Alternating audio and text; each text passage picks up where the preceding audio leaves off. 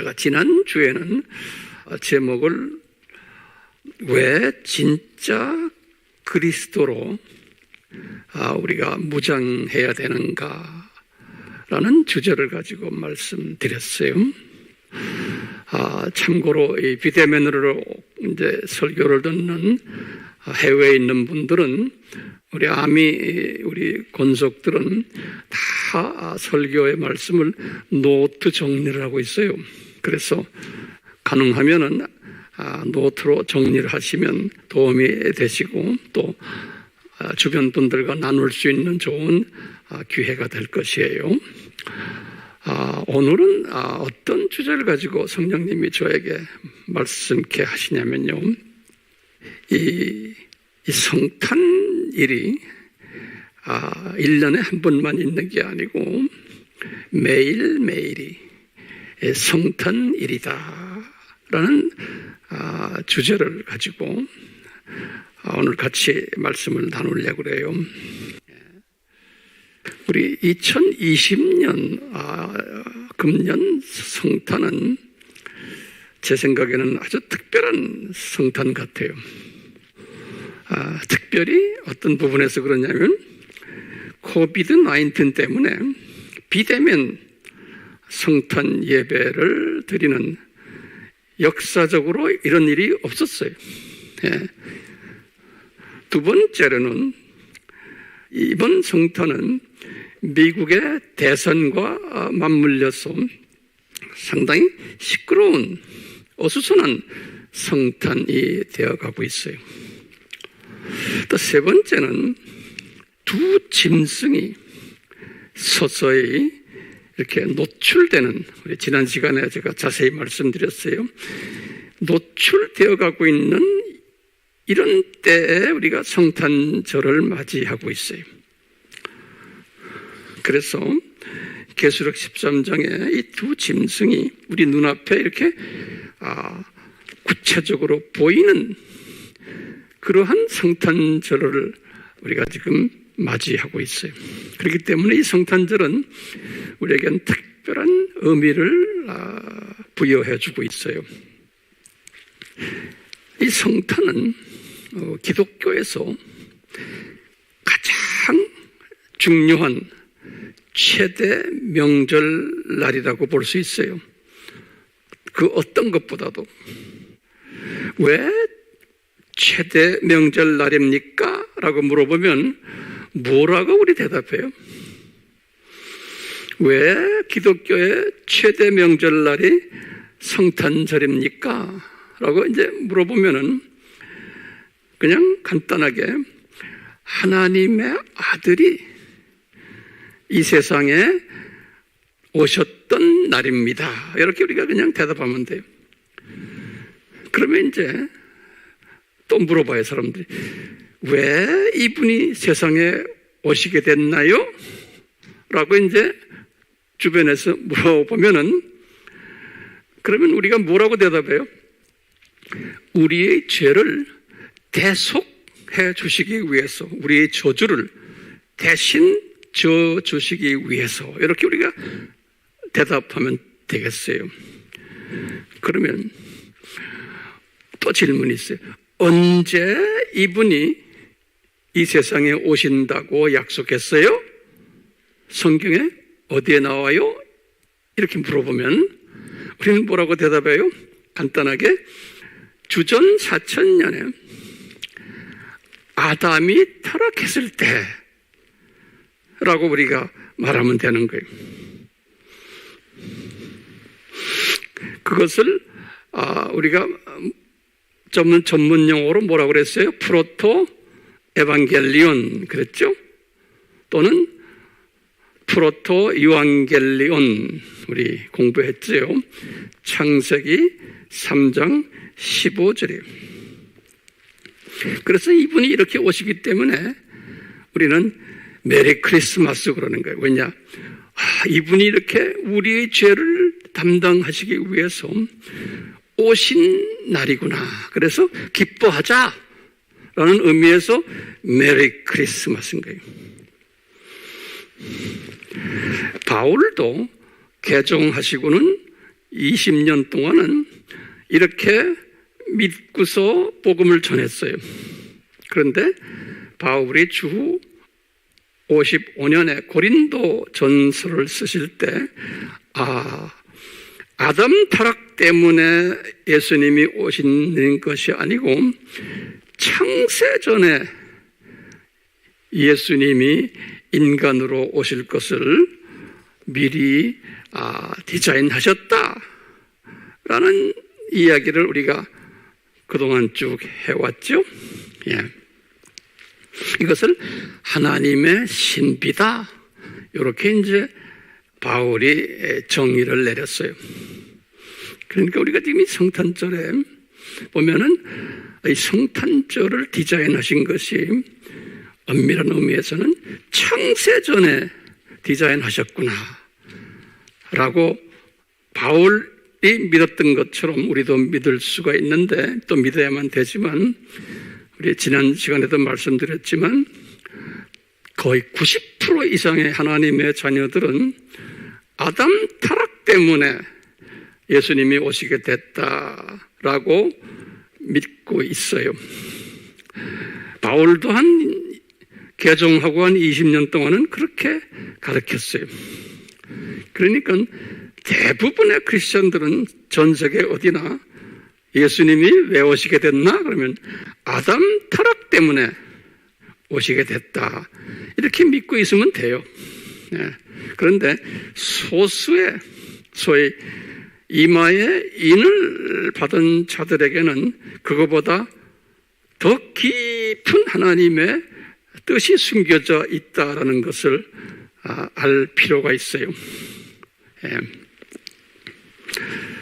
우리 성서에서는 이렇게 예수님이 성육신하여 이 세상에 오신다라는 그러한 정보가 상당히 많아요. 성서에서는 이분이 이렇게 인간으로 오신다라는 것을. 첫 번째 정보는 뭐냐면 어떤 계보로, 어떤 육신의 계보를 통해서 오시냐라고 성경에서 가르쳐주고 있어요. 이제 사람으로 100% 인간으로 오시기 때문에 어떤 계보를 통해서 오시나? 그러면 첫 번째로 말이죠, 여자의 후손으로 오신다. 창세기 3장 15절에 그랬어요.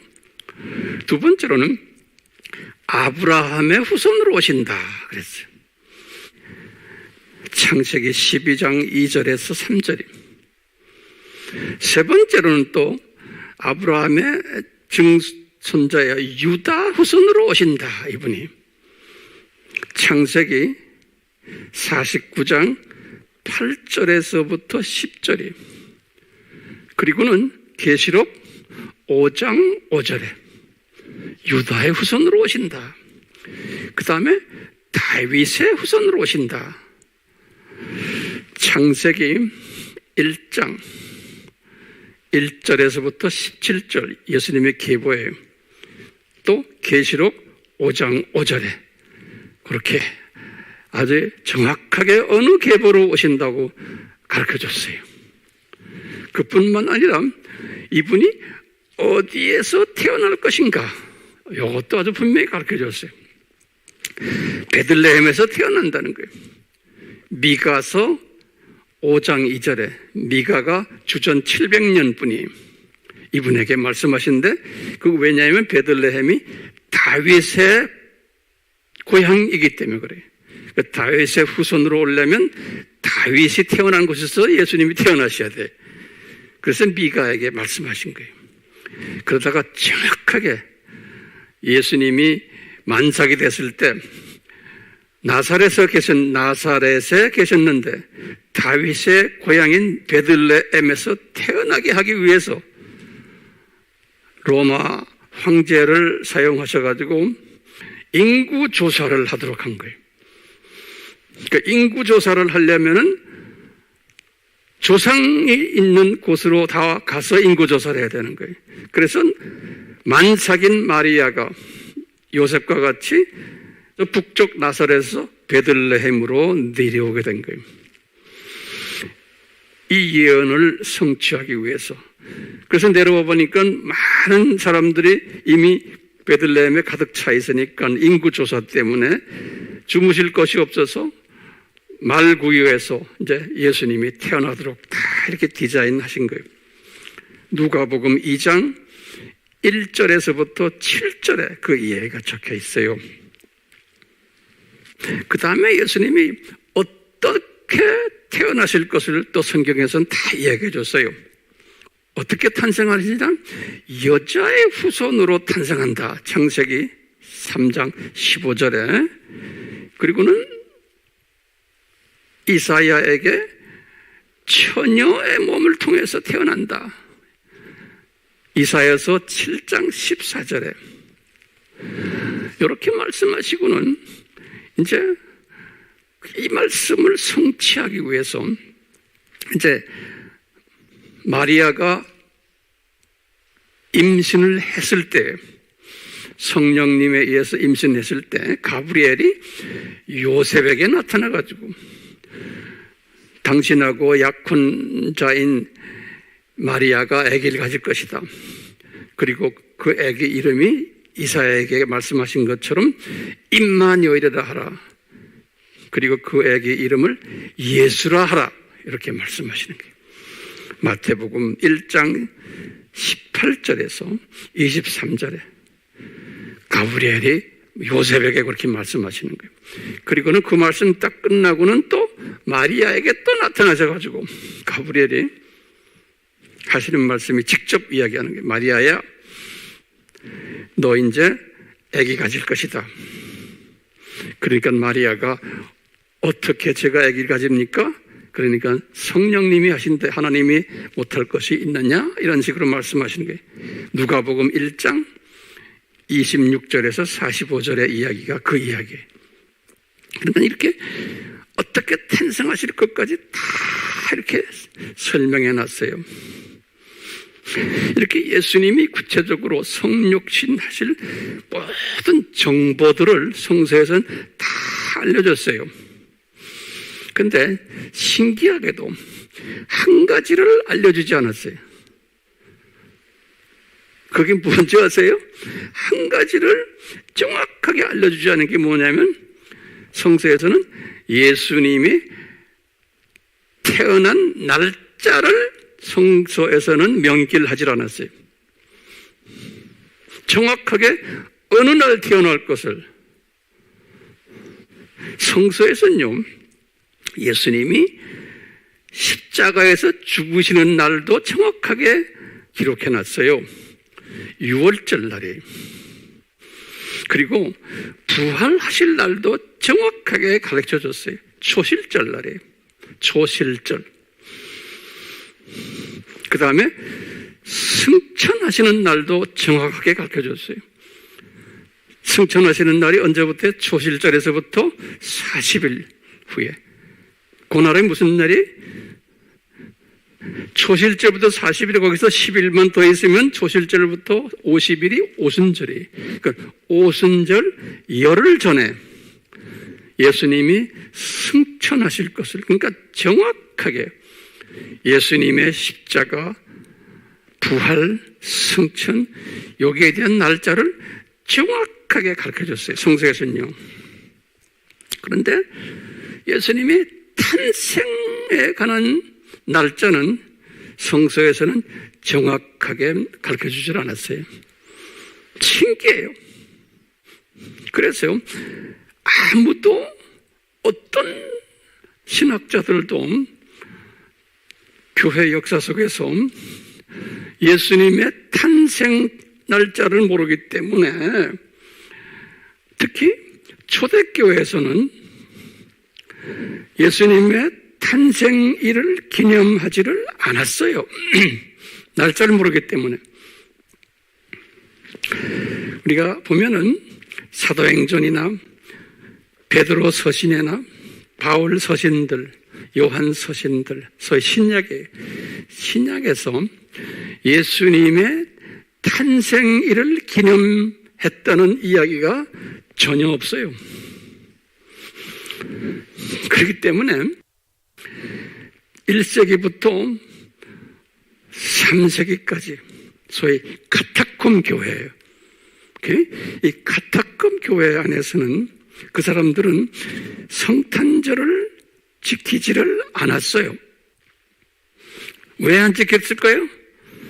탄생일을 모르기 때문에 그러는 거예요. 신기하게 모르기 때문에 그래요. 네. 그러면 언제 누가 이 탄생일을 제정했나?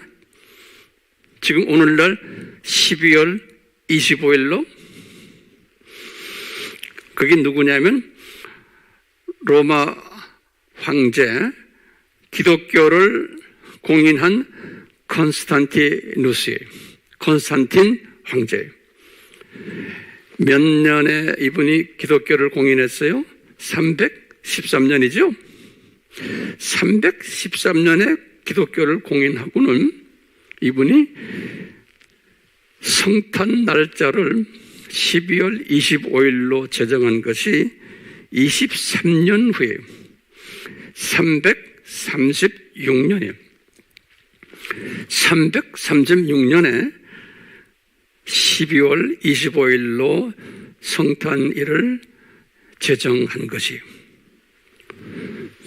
그러면 왜 12월 25일로 정했나? 바벨론 종교예요.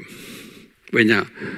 우리 알다시피 로마 제국은 바벨론 종교를 믿어왔던 제국이에요. 그렇죠? 그래서 우리 공부했죠? 바벨론 종교는 세 신이 있죠? 니무롯, 세미라미스, 담무즈 이렇게 되죠? 이 바벨론 종교에서 요 담무즈가 태어난 날을 12월 25일로 믿고 그날을 자기네가 담무즈 생일로 정해요. 이 담무즈를 제가 여자의 후손 책에 보시면 담무즈의 다양한 이름들이 나와요. 거기에 담무즈의 이름을 토성이에요. 토성. 토요일에 나오는 세턴이라고 그래요. 세터데이 그러죠? 세턴. 로마 신화에서는 담무즈를 세턴이라고 부르기도 하고 농사의 신이에요. 그래서 토성의 별, 그 별신 토성, 그것을 이제 토요일로 세터데이로 만든 거예요. 페르시아 신화에서는 이 담무즈를 미트라라고 그래요. 미트라, M-I-T-H-R-A,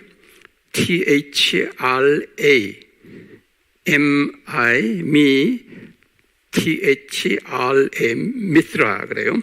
이 미트라라는 이 뜻은 뭐냐면 빛의 라이트요. 빛의 God of Light, 빛의 신이에요. 제가 이 마스크를 써서 발음이 잘 안 돼요. 미트라라고 그래요. 미트라. 아주 유명한 이름이에요. 미트라. 그것은 의미가 뭐예요? The God of Light. 빛의 신이라 그런 소리예요. 예. 그렇기 때문에요. 요 날이 12월 25일 바로 전에 12월 21일 또는 나라마다 다르지만 22일 요 두 날을 우리도 나와요. 동짓날이라고 해요. 동짓날. 동지. 알죠? 동지. 예. 동짓날이 뭐예요? 동짓날부터 시작을 해서 이제 낮이 길어지는 거예요. 다시 말하면 그동안 어둠이 길었던데 이제는 낮이 길어지는 거예요. 그때부터. 이 말은 뭐냐면 그날부터 시작해서 빛이 더 많아지는 거예요. 그 말은 그날부터 시작해서 기쁨이 더 많아지는 거예요. 빛이 많아지고 소망이 더 많아지고 아주 기분 좋은 날이에요. 그날부터. 그래서 동짓날. 그래서 담무즈의 생일이 담무즈가 빛의 신이기 때문에 담무즈를 통해서 우리의 소망이 생겨나는 거예요. 그래서 담무즈를 그런 빛의 신으로서 소망을 주는, 기쁨을 주는 이런 걸 염두에 두고는 이 콘스탄티누스 황제가 예수님도 빛이시기 때문에 예수님의 생일을 12월 25일로 한 거예요. 이런 이유가 있지만 이거보다 더 중요한 의미는 교회 성장을 위해서예요. 예컨대 이 로마 제국이 기독교를 313년에 이제 공인하고는 기독교인들의 숫자가 많아져야 되는데 로마 제국에 사는 분들이 바벨론 종교에 익숙하기 때문에 바벨론 종교는 그 빛의 그 신인 12월 25일 단무주 생일을 그렇게 중요시 하는데 기독교를 보니까 예수님의 생일이 없는 거예요. 그러니까 이분들이 기독교를 더 많이 퍼뜨리기 위해서 예수님의 생일을 단무제 생일로 만들어버린 거예요. 그래서 12월 25일이 된 거예요. 마리아도 마찬가지 아니에요? 우리 배웠죠? 이 마리아 학설 우리 알죠? 왜 마리아를 만들었느냐? 거기에 왜 또 예수님 베비가 안고 있느냐? 이런 거 우리 다 공부했잖아요. 다 이 기독교가 새로 자기네가 받은 기독교가 바벨론 종교와 상황화 시켜서 자기네가 공식적으로 이제 믿고 있는 기독교를 통해서 세력이 더 넓어지도록 하기 위해서 전통적으로 지내왔던 바벨론 종교의 것들을 불러다가 거기다 적용시킨 거예요. 이제 이런 것을 이야기하니까 또 로마 카톨릭에서는 또 그것이 아니다 그러면서 다른 또 이론을 이야기하는 게 있어요. 왜 12월 25일 날로 했냐? 이러면서 이런 말을 해요. 그 마리아가 임신한 것이 3월 25일이다 이렇게 자기네가 만든 날이에요. 3월 25일이다. 여자가 9개월 동안 임신하니까 3월 25일에서 9개월을 더하면은 12월 25일이다. 이렇게 또 주장하는 사람도 있어요. 자, 이 로마 카톨릭이 12월 25일을 가지고 예수님의 탄생일로 정해버렸으니까 기분이 가장 언짢은 분들이 누구냐면 정교회 분들이에요. 정교회 분들.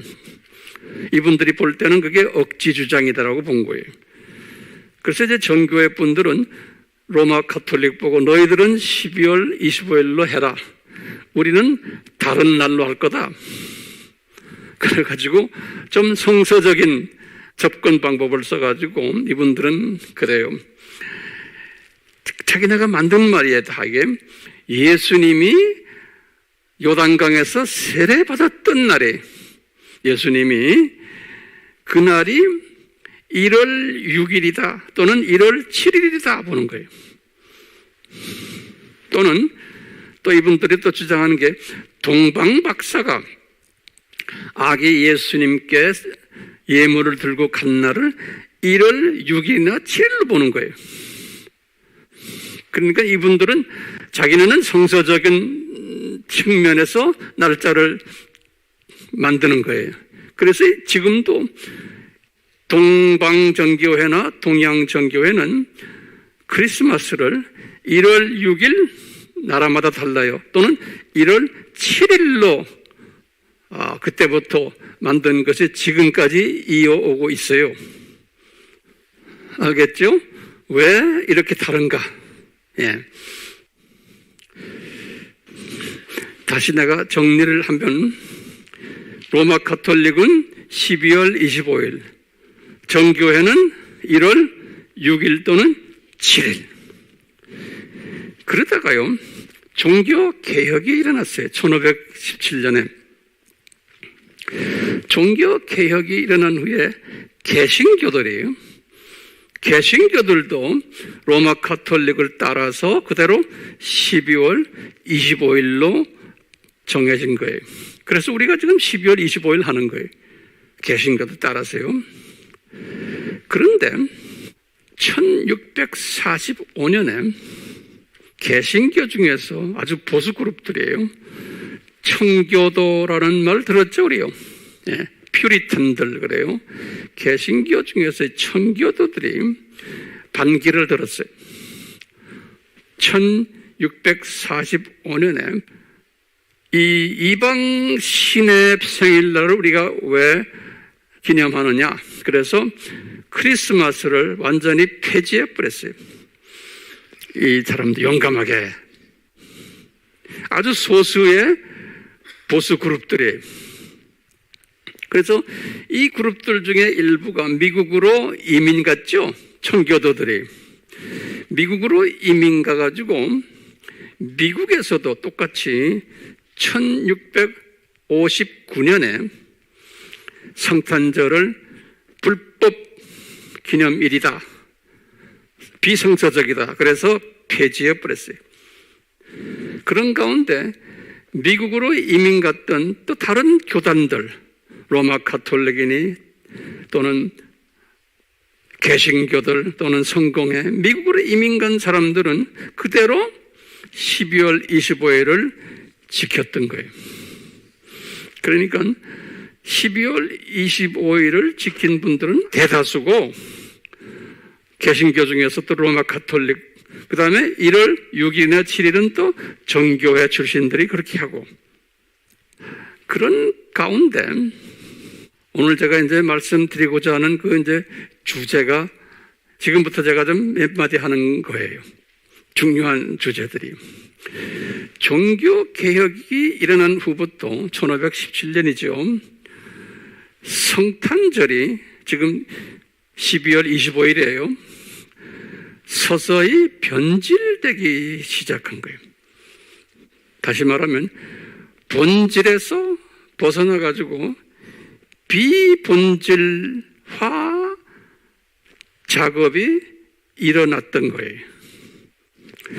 누가 이 비본질화 작업을 시도했었는가 하면 소위 1776년부터 소위 일루미나티가 만들어졌죠. 일루미나티를 중심으로 해서 다 이분들이 기독교인들이에요. 일루미나티들도 교회 안에 들어와서 이 성탄절을 조금씩 변질시키기 시작을 했어요. 그것이 유럽에서부터 시작이 됐어요. 유럽에서부터. 그래서 로마 가톨릭, 성공회, 루터교, 또 러시아 정교회. 근데 기독교 안에서 12월 25일 그 날짜부터가 시작이 잘못된 거지만, 이제 그 안에 그날을 기념하는 그러한 내용들까지도 변질을 시키기 시작을 했어요. 그래가지고 이 날을 이제 기독교적 날로 만들었지만, 다시 말하면 이 날에 정통 기독교 성가들을 부르는 거예요. 그러면서 성가와 같이 크리스마스 캐롤을 만들어가지고, 캐롤, 비성서적인 내용이 들어있는 크리스마스 캐롤까지 만들어가지고 소위 기쁘다 구주 오셨네 라는 이슈로서 주제가 그래요. 그렇지만 그 기쁘다 구주 오셨네가 본 의미와 이제 변질되는 그러한 프로그램들을 이제 서서히 만들기 시작한 거예요. 그러니까 일반 사람들은 그걸 느끼지를 못하는 거예요. 그러다 보니까 이런 노래들이 또는 여러 가지 이런 것들이 어떻게 변질을 시켜왔냐면, 북유럽에서부터 이 크리스마스와 관계되는 여러 가지 도구들을 창안하기 시작을 했어요. 예컨대 산타크로스, 성서에 안 나오는 이야기죠. 산타크로스는 좋은 할아버지. 그래서 선물들을 어린아이에게 갖다 주는 기쁜 소식을 얼마나 인간적인 측면에서 얼마나 좋아요. 그러니까 뭐 금방 이 산타크로스의 이야기와 이것이 전 유럽에 퍼져버린 거예요. 그리고 산타크로스 노래들 우리 부르는 것들이 있죠. 얼마나 좋아요. 거기다가 크리스마스 추리도 다 북유럽에서 만든. 그래서 이 겨울과 관계해서 겨울과 루돌프 사슴 또는 집집마다 크리스마스 데코레이션 또 선물 교환 유럽에서도 했지만 우리도 어릴 때 한 새벽송 우리 크리스마스 요새는 안 하지만 저희들 어릴 때는 새벽송을 했어요. 얼마나 기억에 많이 남아요? 좋잖아요? 이런 게 다 그 당시에 거기서 만들어진 거예요. 거기다가 이제 크리스마스 날 기쁘다 구주 오셨네. 가족 파티, 이 댄스 파티, 뭐 술 파티, 여러 가지 파티들, 교회 안에서도 크리스마스 성탄 파티, 성탄 예배도 드리고 성탄 파티도 하고 또는 지역사회에서도 마찬가지로 파티하고 기독교 국가들이기 때문에 회사 직장에서도 파티하고 또 음악 하시는 분들, 성가 하시는 분들은 칸타타, 뭐 음악회, 뭐 여러 가지 기념 음악회가 전 유럽에 이제 퍼지고 거기에다가 불우 아동 돕기, 가난한 자 돕기, 그와 같이 구세군의 그 자선 낭비, 다 이 영국에서 시작한 것들이에요. 그래서 보면은 아주 아름다운 거예요. 그러다 보니까 이제 신본주의, 본래 본질이에요. 왜 예수님이 오시게 됐나 그 본질에서 벗어나서 조금씩 발전적으로 인본주의 성탄으로 우리도 모르게 변질되고 탈신본주의 성탄으로 거기다가 인간 중심 쾌락주의 성탄으로 또는 금전만능 성탄으로 마모니즘 다시 말하면 비즈니스 하는 사람들 매상을 올리고 돈을 벌기 위한 그래서 이제 이것이 유럽의 백화점에 들어가서 백화점이 이 크리스마스 때 엄청난 돈을 벌 수 있는 그래서 미국에도 이제 메이시 백화점이니 시어스 백화점이니 이렇게 해서 이게 19세기, 20세기 여기서 이렇게 돈 버는 그러한 그 절기로 변질되기 시작을 했어요. 그래서 그것이 지금 오늘날 말할 것도 없이 심하게 지금 변질되어 있잖아요. 그렇죠? 자, 그러면 우리 질문이 있어요. 왜 성서에는 성탄하신 날을 주지 않으셨는가요? 부활절, 십자가 하는 유월절, 부활절, 승천절 다 주셨는데 7절기 다 주시고 했는데 왜 예수님이 탄생하는 날은 성서에서는 안 주신 거예요?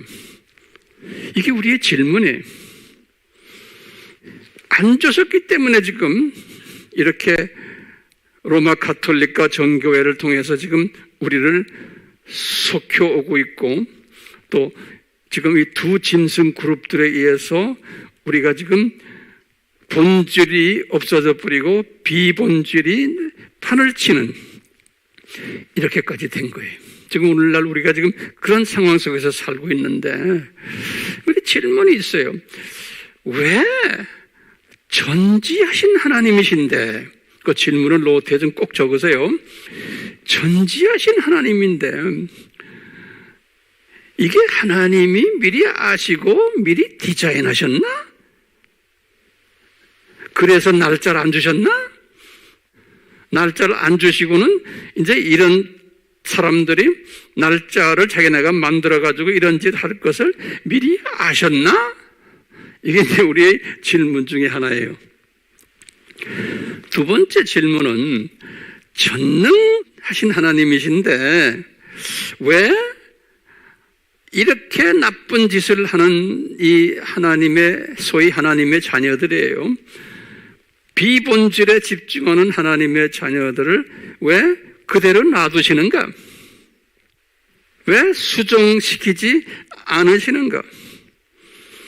특히 재림 직전은 심한 산고 때인데 많은 상고들 중에서 이 성탄절 상고도 이게 만만치 않은 상고예요.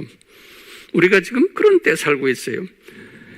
이 성탄절이 말이 성탄절이지 예수 안 믿는 사람들이 성탄절을 더 즐겨요.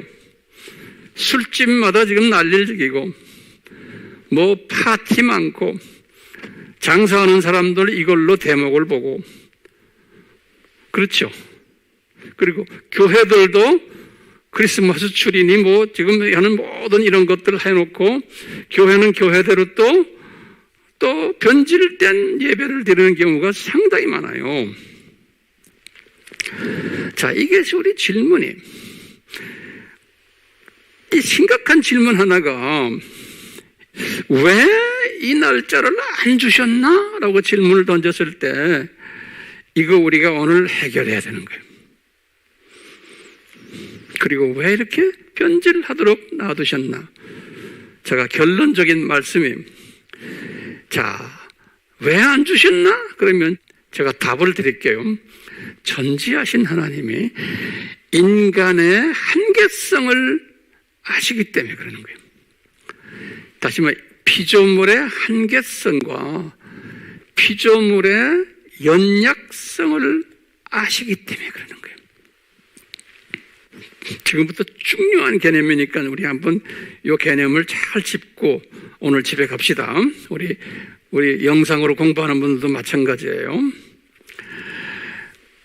우리 하나님의 자녀들은 이 세상에 던져진 창조 목적 학교 학생들이라는 이야기를 제가 지난 시간에도 자세하게 했어요. 이 하나님의 자녀들 창조 목적을 공부하고 그것을 더 확인하기 위해서 우리가 이 세상에 내려와 있는데 우리가 이 창조 목적을 가르치기 위해서 직접 인간으로 오신 예수님, 우리 창조 목적 학교의 교장 선생님이 이 교장 선생님이 탄생하신 날짜가 굉장히 중요한 날이에요. 왜냐하면 이 날을 우리가 항상 이렇게 묵상하면은 이분이 왜 오셨구나, 이분이 무슨 목적으로 오셨구나, 이것을 우리가 묵상해야 되잖아요. 그런데 이 오신 날을 하루로 날짜를 딱 정해놨어. 성서에서 예를 들어서 몇월 며칠이다 딱 정해놓으면 사람은, 피조물들은, 우리 하나님의 백성들은 그날 하루만 중요하게 생각하는 거예요. 우리 십자가 사건도 부활 사건도 이런 것도 날짜를 주셨지만 그날 하루만 생각하는 게 우리의 일반적인 보편적인 일이지만 특별히 예수님이 오시는 거에 대해서는 날짜를 안 주신 게 이 오시는 사건이 엄청 중요하기 때문에 그런 거예요. 제일 중요하기 때문에 십자가 사건보다도 더 중요한 거예요. 부활 사건보다도 더 중요한 거예요. 오셔야지만 십자가도 있고 부활도 있잖아요. 그러니까 오시는 게 중요한 거예요. 그것은 창세전에 이미 다 디자인하신 거 아니에요. 그래서 이 오시는 사건, 탄생 사건이 가장 중요하기 때문에 이것은 날짜를 정해놓으면 그날 하루만 기념하게 되어 있는 거예요. 그게 피조물의 한계성입니다. 예수님께서 성만찬을 하시면서도 요 날은 너희들이 잘 기념하라 그랬죠? 그 성만찬 그것도 1년에 하루 정도 기념하시면 돼요. 우리 인간은 그렇게 하게 돼 있어요. 그런데 부활절도 그렇잖아요. 그런데 요 탄생하는 고날은 이건 하루만 날짜를 정확하게 주면은 안 된다는 거예요. 그래서 바울에게 이것을 가르쳤어요. 골로새서 오늘 본문 말씀에 골로새서 1장 16절에서 17절에 그랬어요. 골로새 교인들에게 구약에서 우리에게 가르쳐 주신 모든 절기들, 안식일까지 이런 것들은 다 그림자들이다. 누구에 위한 그림자냐? 예수님을 가리키기 위한 몽학선정이라는 거예요. 그렇기 때문에 예수님의 초점을 맞춰주기 위해서 이런 걸 지켜라 한 거지, 그 지키는 그 자체가 중요한 게 아니라는 거예요. 우리 안식일도 마찬가지. 언제 안식일을 주셨어요? 창세기 1장에서 6일 동안 창조하시고는, 요 말씀 잘 들으세요. 6일 창조하시고는 인간에게 창조 목적 파트너십까지 다 주시고는, 그리고는 7일 되는 날에 안식하셨어요. 예수님이 창조하시고는 피곤해서 안식하신 게 아니에요. 이사야서 40장 28절에는 여호와는, 예수님은 절대로 피곤하지 않으시다 그랬어요. 이사야서 40장 28절 이 말씀 꼭 기억하세요. 그러면 피곤하셔서 쉬신 게 아니고 목적이 있는 거예요. 왜 쉬셨나? 그 목적이 뭐냐면 출애굽기 31장 13절에 이 목적을 말씀했어요. 뭐냐면 창조하신 분의 창조 목적과 그 다음에 창조주의 정체성과 이 하나님의 신비, 이것을 그 안식일에 묵상을 계속 하라는 거예요. 그래서 안식일은 딴 거 하지 말고 창조 목적이 뭐고, 6일 동안 창조하신 것 내용이, 그 다음에 창조하신 분이 누구고, 그 다음에 이 창조하신 분이 인간으로 내려오신다는 것을 묵상하라는 거예요. 그게 안식일이에요. 안식일. 그래서 10계명을 주시면서 1, 2, 3계명을 주시고는 이게 4계명이 안식일 지켜라는 거예요. 이게 무슨 말이에요?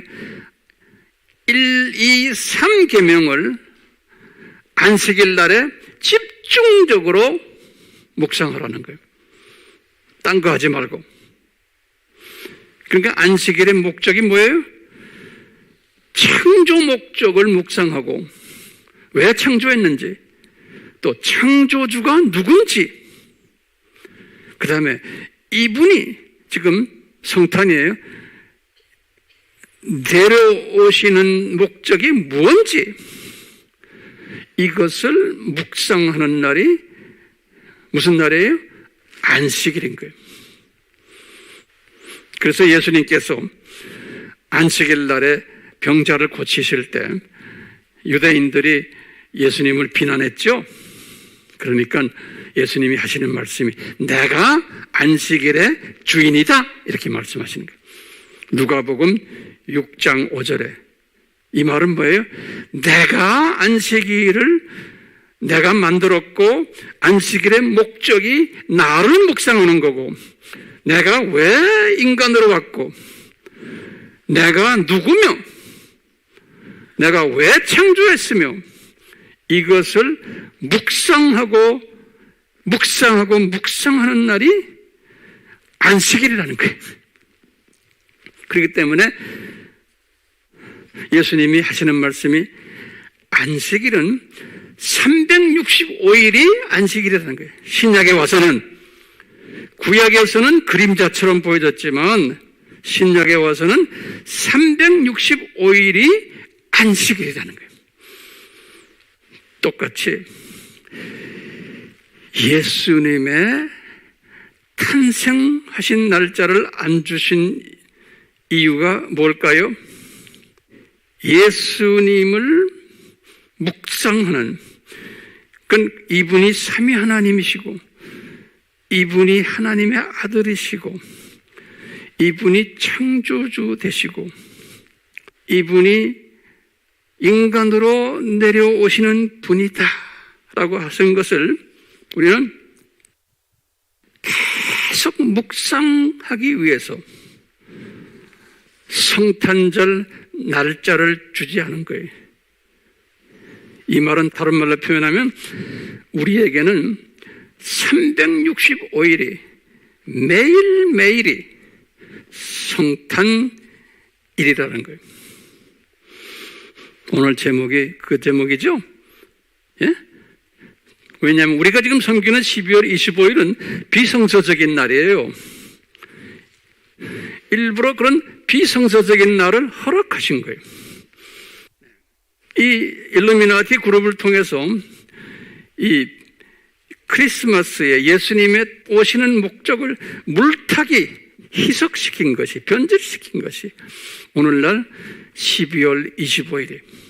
그래서 산타크로스나 크리스마스 추리나 뭐 기타 등등 많은 걸 가지고 인본주의화시킨 지금 물타기가 된 크리스마스를 우리는 지금 지키고 있고 그런 안에서 우리가 지금 살고 있어요.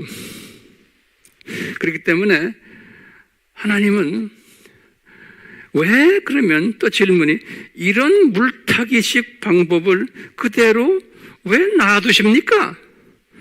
이 물타기식으로 지금 변질된 이 성탄절이 교회 안에 침투해가지고 지금 우리가 감당하기 힘들 정도로 지금 되어버렸는데 왜 그것을 그대로 놔두십니까?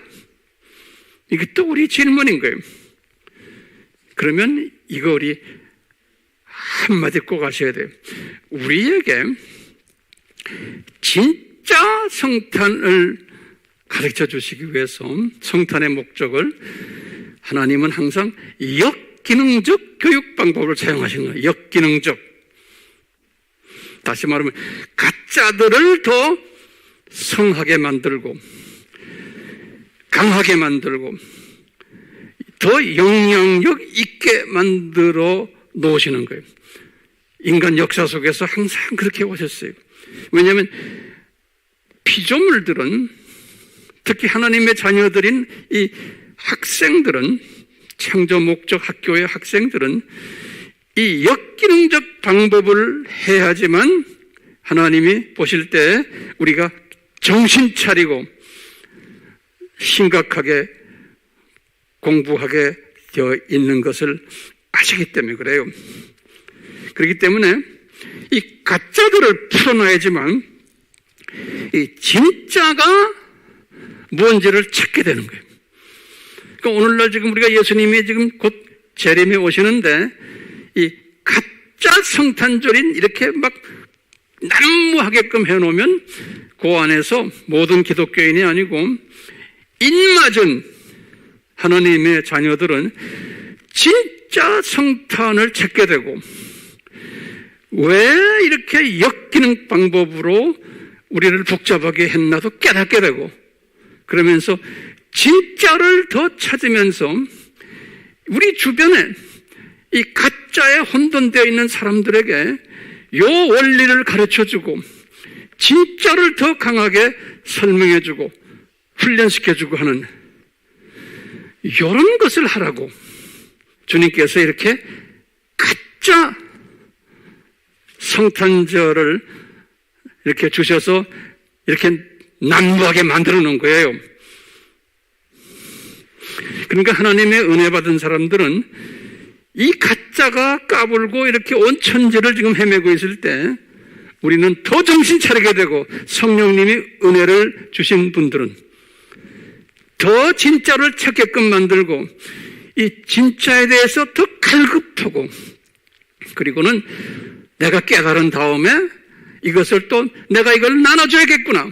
주변에 그렇지 않는 혼돈된 주님의 자녀들이 많기 때문에 안타까운 마음을 가지고 하도록 성령님이 이끄시는 거예요.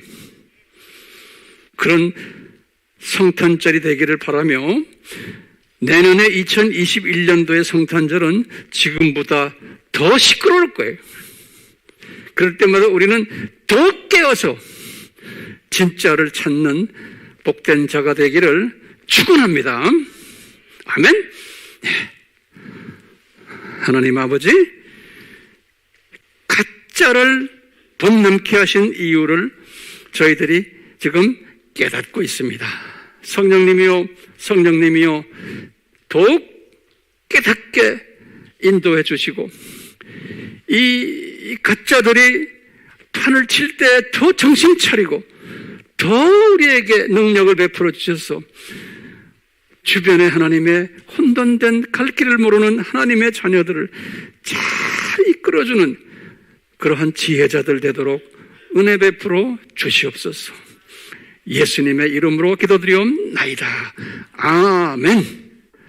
지금 이 시간은 우리 눈을 뜨고 축도해요. 예수 그리스도의 이 은혜 베푸심과 아버지 하나님의 사랑 베푸심과 성령님의 그 깨닫게 하심과 또 성령님의 부르심에 우리가 순종하는 이런 일에 우리가 최선을 다하는 주님의 귀한 종들이 되도록 예수님의 이름으로 축원하옵나이다. 아멘.